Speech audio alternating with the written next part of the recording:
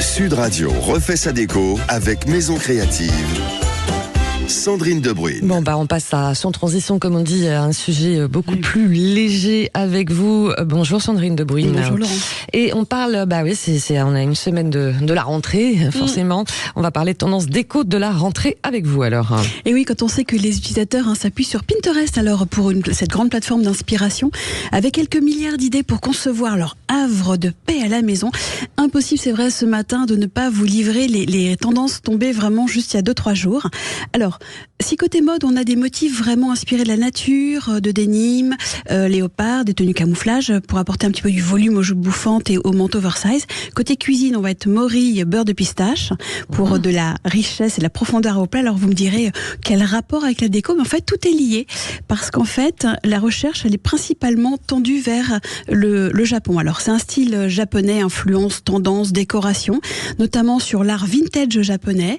On va avoir pas mal de recherches sur encore les chambres futons, des salles de bain zen. C'est vrai que la maison zen est en hausse. On est maison zen. La maison zen. Soyons zen. Voilà, 405% de recherche. Effectivement, on en a besoin après ce qui se passe en ce moment.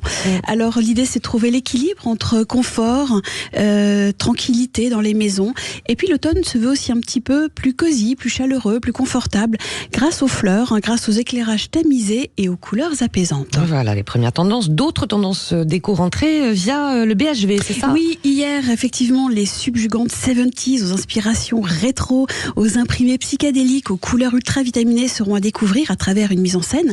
Des vitrines en hommage aux années 70 au BHV. Ça a commencé hier, on les verra jusqu'au 29 septembre. Il y a aussi tout un parcours pour la 14e édition de Paris, sur la Paris Design Week, qui aura lieu du 5 au 14 septembre. Voilà, justement, en parlant du mois de septembre, très riche en rendez-vous déco avec notamment les tendances de maisons et objets. Elles sont incontournables, évidemment. Ce sera l'occasion d'y découvrir la tendance Terra Cosmos. Là, on va avoir des inspirations célestes, des matériaux telluriques, de la terre. On passe aux pigments mexicains solaires avec des matières toujours naturelles. Vous voyez, tout est très lié, des motifs identitaires. Sans oublier le fluo. Alors, c'est vrai qu'il n'est pas très écolo, mais il est très rigolo. Il va être flashy, hyper saturé pour illuminer les intérieurs, tout en ponctuant un petit peu les volumes avec beaucoup de vivacité. Et puis, l'urbex, c'est très illégal comme exploration urbaine. C'est ces lieux laissés à l'abandon. Mais en fait, figurez-vous qu'ils inspirent énormément les designers.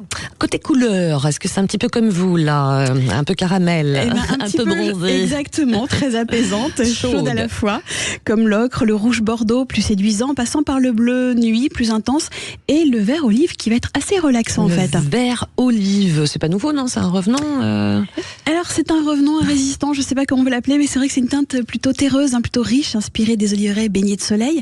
Il devient assez incontournable sur la palette des couleurs, il va transformer les espaces en un refuge. Justement, on est vraiment dans le mood chill, relaxez-vous, en profiter de cette rentrée pour pas tout reprendre à fond. Et l'automne vraiment va tirer vers ce kaki un petit peu marron, un petit peu terre toujours. D'accord. Alors côté couleur, ok. Et matière tendance de cette rentrée selon vous? Figurez-vous, il n'y a pas une matière mais 3. C'est le chrome, l'aluminium et la lave émaillée. Dans un esprit industriel voire futuriste, c'est vrai que les cuisines en aluminium s'annoncent comme la grande tendance 2024. Je vous l'avais annoncé déjà en janvier. Le chrome, on voit beaucoup ce côté un petit peu effet métal. Et bien il est toujours là à la rentrée. D'accord. Côté meubles, il y a un meuble tendance ou il y en a plusieurs là encore? Je vous fais un petit trio pareil. Allez, on a un tabouret en céramique multi-usage. En fait, de l'extérieur, il va passer à l'intérieur. On fait bouger un petit peu les meubles. On a des glaçures aux reflets spectaculaires qui vont vous séduire et jusqu'à devenir presque incontournable dans toutes les pièces de la maison. On va avoir un piédestal sur lequel vous allez poser un vase, une sculpture ou peut-être vos créations de l'été et l'iconique fauteuil en rotin d'Emmanuel que l'on retrouvera sur le grand écran dès le 25 septembre, évidemment, dans le remake des 50 ans plus tard du célèbre film. Mais ce fauteuil, nous aurons l'occasion, je pense, d'en reparler prochainement. Et de le tester aussi peut-être? Pourquoi pas? Bon, parfait. De toute façon, on se retrouve le week-end prochain, notre dernier Avec dimanche. Grand plaisir. On va encore tendance déco rentrée ou On va peut-être parler du bureau cette fois. Il va falloir rentrer et travailler. Mais des petits bureaux cachés, super déco, vous allez voir, j'ai plein d'idées. Des bureaux cachés pour ne pas trop les voir. Merci beaucoup Sandrine Debruyne. Plaisir. Merci.